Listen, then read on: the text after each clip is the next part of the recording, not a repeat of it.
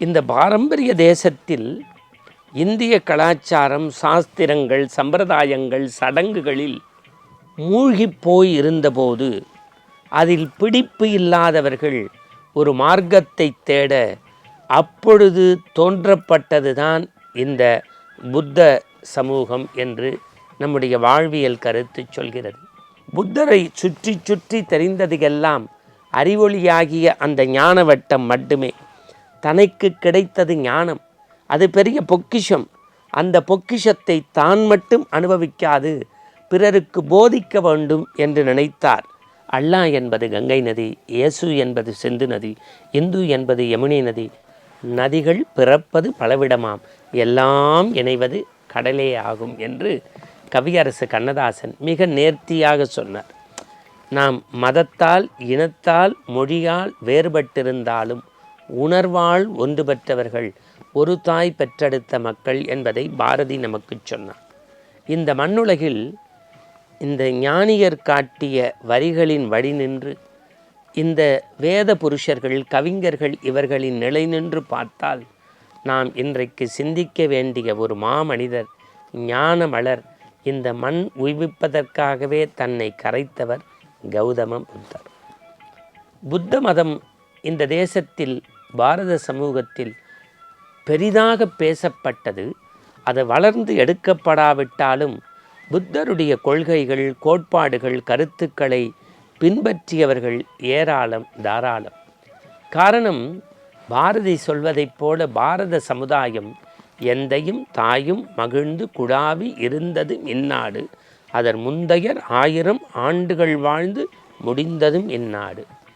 இந்த பாரம்பரிய தேசத்தில் இந்திய கலாச்சாரம், சாஸ்திரங்கள், சம்பிரதாயங்கள், சடங்குகளில் மூழ்கி போய் இருந்தபோது அதில் பிடிப்பு இல்லாதவர்கள் ஒரு மார்க்கத்தை தேட அப்பொழுது தோன்றப்பட்டதுதான் இந்த புத்த சமூகம் என்று நம்முடைய வாழ்வியல் கருத்து சொல்கிறது.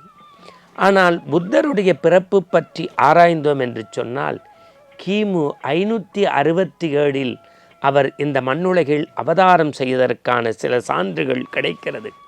விளையும் பயிர் முளையிலேயே தெரியும் என்று இயற்பெயரை சித்தார்த்தனாக தோன்றிய அந்த சித்தார்த்தன் தான் பிற்காலத்தில் ஆசைகளை துறந்து, நேசங்களை துறந்து, ஆசையே துன்பத்திற்கு காரணம் என்கின்ற அறநெறியை இந்த மண்ணுக்குள் விதையாய் விதைத்து புத்தராக உருவெடுத்தார் என்று நமக்கு சொல்கிறது. புத்தருடைய வாழ்க்கையை எழுத்தண்ணி படித்தால், அவருடைய வாழ்வியல் நெறிகளை கூர்ந்து கவனித்தால், அவர் வாழ்க்கை நீரோட்டத்தில் நடந்த சம்பவங்கள் ஏராளம், தாராளம். ஒரு நாள் தன்னுடைய இளமை பருவத்தில் நடந்து போகின்றார். ஒரு வயோதிகரை பார்க்கின்றார். பிறகு தெரிந்து கொண்டார், இளமை இந்த மண்ணுலகில் நிலையில்லாதது. எனவே வாழ்வில் நிலை ஒரு மின்னுகின்ற பொருளை போன்றது. பிறகு கொஞ்ச தூரம் கடக்கின்றார். ஒரு நோயாளியை பார்க்கின்றார். எல்லா செல்வத்தையும் விட மனிதனுக்கு நிலையான செல்வம் ஆரோக்கியம். அடுத்து பார்க்கின்றார், சற்று தொலைவில் ஒரு இறந்த மனிதனுடைய ஊர்வலம் வருகின்றது. பிரேத ஊர்வலத்தை பார்த்து வாழ்க்கை நிலையில்லாதது என்பதை உணர்ந்து தெரிந்து புரிந்து கொண்டார். முதுமையை பார்க்கின்றார், வயோதிகத்தின் தன்மையை உணர்ந்தார். ஒரு நோயாளியை பார்க்கின்றார், இந்த பூத உடல் பொய்யானது என்பதை அறிந்து கொண்டார். ஒரு இறப்புச் சடங்கை பார்த்தார், வாழ்க்கை நிலையில்லாதது என்பதை உணர்ந்து கொண்டார். பிறகு ஞான மார்க்கம் நோக்கி, துறவின் நோக்கி பயணப்படத் தொடங்கினார். ஒரு மலர்ந்த முகத்தோடு ஞானி ஒருவர் அமர்ந்து கொண்டு தன்னுடைய சிந்தனைகளை ஒருமுகப்படுத்தி, எண்ணத்தை திரட்டி, இதயத்தையே தீபமாக்கி மரநிலையில் அமர்ந்ததை பார்த்து தன்னுடைய இளமை பருவத்தில் 29 வயது இருக்கும் துறவை நோக்கி ஒரு உயர்ந்த இலக்கை நோக்கி பயணப்பட்டார். ஆசையை துறந்தார், அன்பை துறந்தார், பாசத்தை துறந்தார், பற்றை துறந்தார். எல்லாவற்றையும் துறந்து இந்த உலகம் கொண்டாடக்கூடிய ஒரு மாமனிதராக புத்தர் மாறினார் என்பதுதான் நமக்கு கிடைத்த செய்தி. அதுவும் கயா, அந்த போதி மரம்தான் அவர் தியானத்திற்கான ஏற்ற இடம் என்பதை அறிந்தார். அங்குதான் கௌதம புத்தர் மெய்ஞான அறிவு பெற்று ஞானியாகி புத்தராக மிளிரத் தொடங்கினார். புத்தரை சுற்றி சுற்றி தெரிந்ததையெல்லாம் அறிவொளியாகிய அந்த ஞான வட்டம் மட்டுமே. தனக்கு கிடைத்தது ஞானம், அது பெரிய பொக்கிஷம்.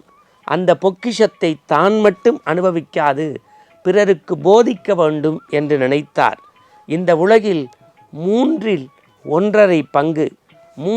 ஒன்றரை பங்கு போதனை கேட்பதற்கு தயாராக இருக்கிறார் என்பதை அறிந்து புரிந்து தெரிந்து தேசாந்திரியாக பயணப்பட்டார். சில சீடர்களை உருவாக்கி கொண்டு காசிக்கு அருகில் சாரநாத் என்கின்ற பகுதியில் 5 சீடர்களை அமைத்து தன்னுடைய உபதேசங்களை, தன்னுடைய ஞான மார்க்கத்தை கொஞ்சம் கொஞ்சமாக போதிக்கத் தொடங்கினார். புத்தருடைய வாழ்க்கையை எழுத்தண்ணி படித்தால் தெரியும். 8 வகையான கொள்கைகளை உள்ளடக்கினார்.